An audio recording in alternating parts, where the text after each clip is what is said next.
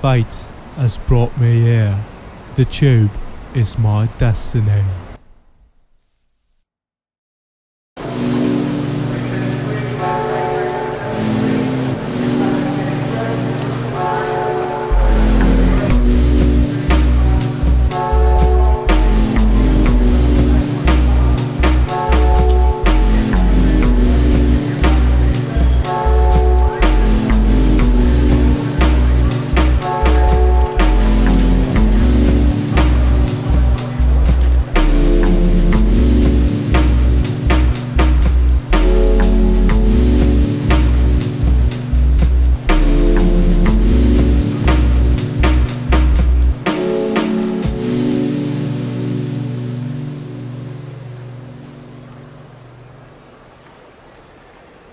Hello? Hello? Did you know that this ThorHighHeels fella is doing a video for Thortober this year?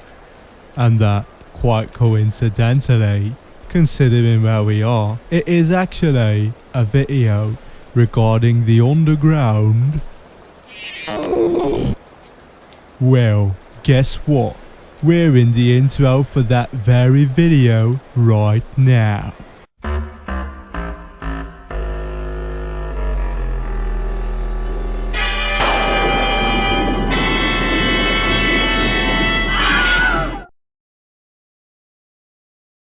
Quite a while ago, I actually had a rather odd realization, and that's that I actually kinda like levels taking place in subway stations. I noticed this when in Danganronpa, another episode, the characters were all like, "I need to go to the metro station, like, at which point I audibly exclamated a "Perfect!" and felt pretty fucking silly afterwards.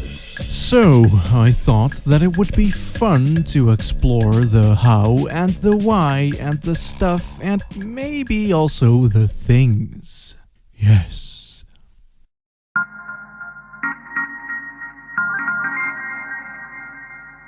The earliest recollection I have of being infatuated with a stage like this was while playing a quaint little game called Cry of Fear. Now, some of you may remember that I talked about this game last year during Thortober as well. Back then, I was going on about jump scares and all of that other dumb bullshit and why I think that it's one of the few games that does them effectively. But besides that, Cry of Fear is pretty aesthetically appealing to me as well, as I really tend to gravitate towards urban environments. European urban in particular. I mean, GTA is nice and all, but y'all American cities don't really tickle my dickle in the same way the cramped, dimly lit streets of, in this case, Stockholm do. Part of that may very well be because I actually live in the European dickle-pickle dimly lit streets myself. So perhaps I find it more relatable in a horror sense because of that. But anyway, in Cry of Fear, you make your way through the city of Stockholm to then eventually end up in a metro station. And it's probably one of the worst parts of the entire fucking game, as it forces you to backtrack all over the place. Yay. In any case, while I do still like the game aesthetically, it is by and large kind of a rip-off of Silent Hill 2 and 3 in some places. I didn't know this at the time, but having played both games since, their similarities are pretty fucking striking. Which leads me to the following.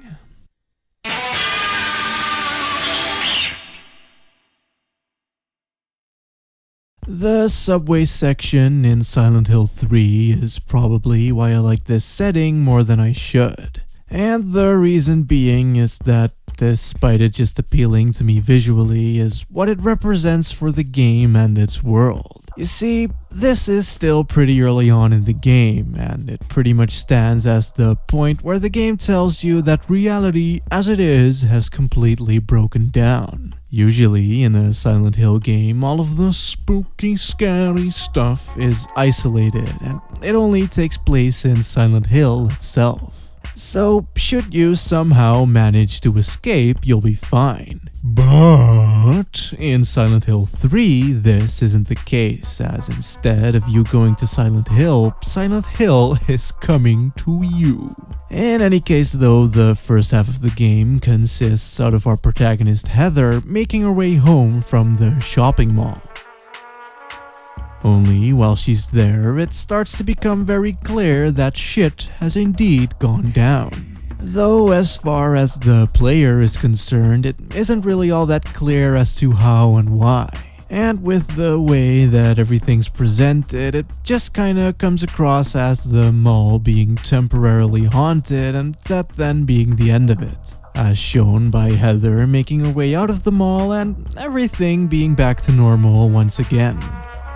So she, as she is still making her way back home, decides to take the train. At first, everything still seems normal, but maybe just a little bit empty. Until you realize that in order to even enter the fucking station, you need to cut through a bolt. Which already is pretty fucking foreboding, as where I live at least, one usually doesn't have to resort to burglar tactics just to be able to take the fucking train. Anyway, once she's in there, it becomes very apparent that shit has indeed been abandoned. So she just kinda walks around being a total badass, kinda like that one kid from the Freestyler song. And then she takes the stairs down. And then she takes the stairs down. And then she takes the stairs down. Again.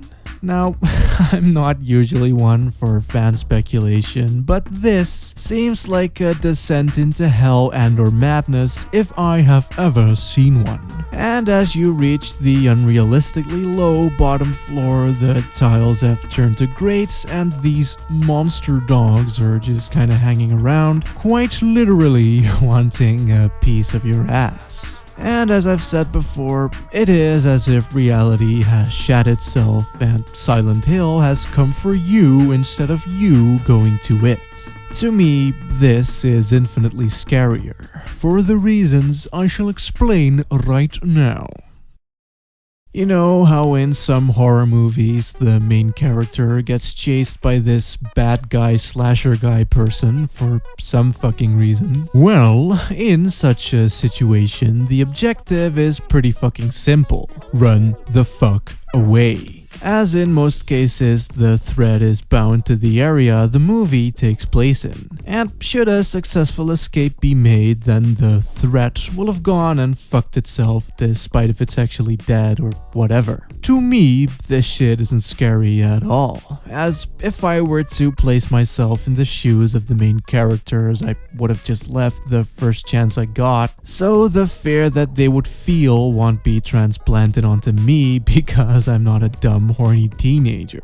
But in some of these movies, during the heroic getaway in the end, they reveal that the threat has yet to disappear. Like, you'll see them drive off in their car, but then the dude just kind of pops up from the back seat right before the credits or something along those lines. This, to me, is a lot scarier, as it defies reason, invades my comfort zone, and could essentially be unescapable.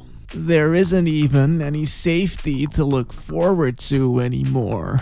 Ugh.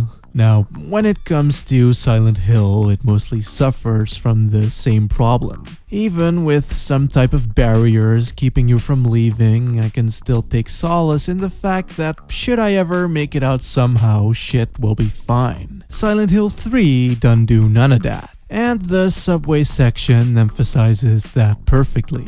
It's just as I said, during the mall portion, it's still a bit unclear as to what exactly is going on. But that brief bit of respite that comes after, which then gets hopelessly crushed by shit just continuing to be fucked as you quite literally descend into hell, really hammers home the fear of being haunted, or whatever it is exactly that the game is going for. It's cool. I like it, and it's most definitely worthy of the title, Sexy Stage.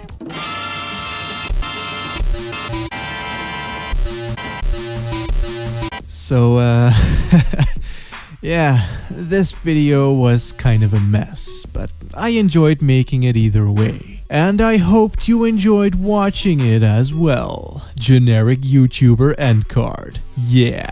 I didn't really have much of a point to make overall though, other than Silent Hill 3 is great and that I like subway levels for some reason. They're almost like a modern day dungeon in some ways, and in that sense they hold a lot of mystery as well. Plus, they have a very grimy quality to them that just fits perfectly with the postmodern idea that shooting through a tunnel in a small metal tube actually is. It's kind of romantic in a way that quite frankly grosses me out, and holy shit, I can't fucking believe I actually wrote this crap. Goodbye!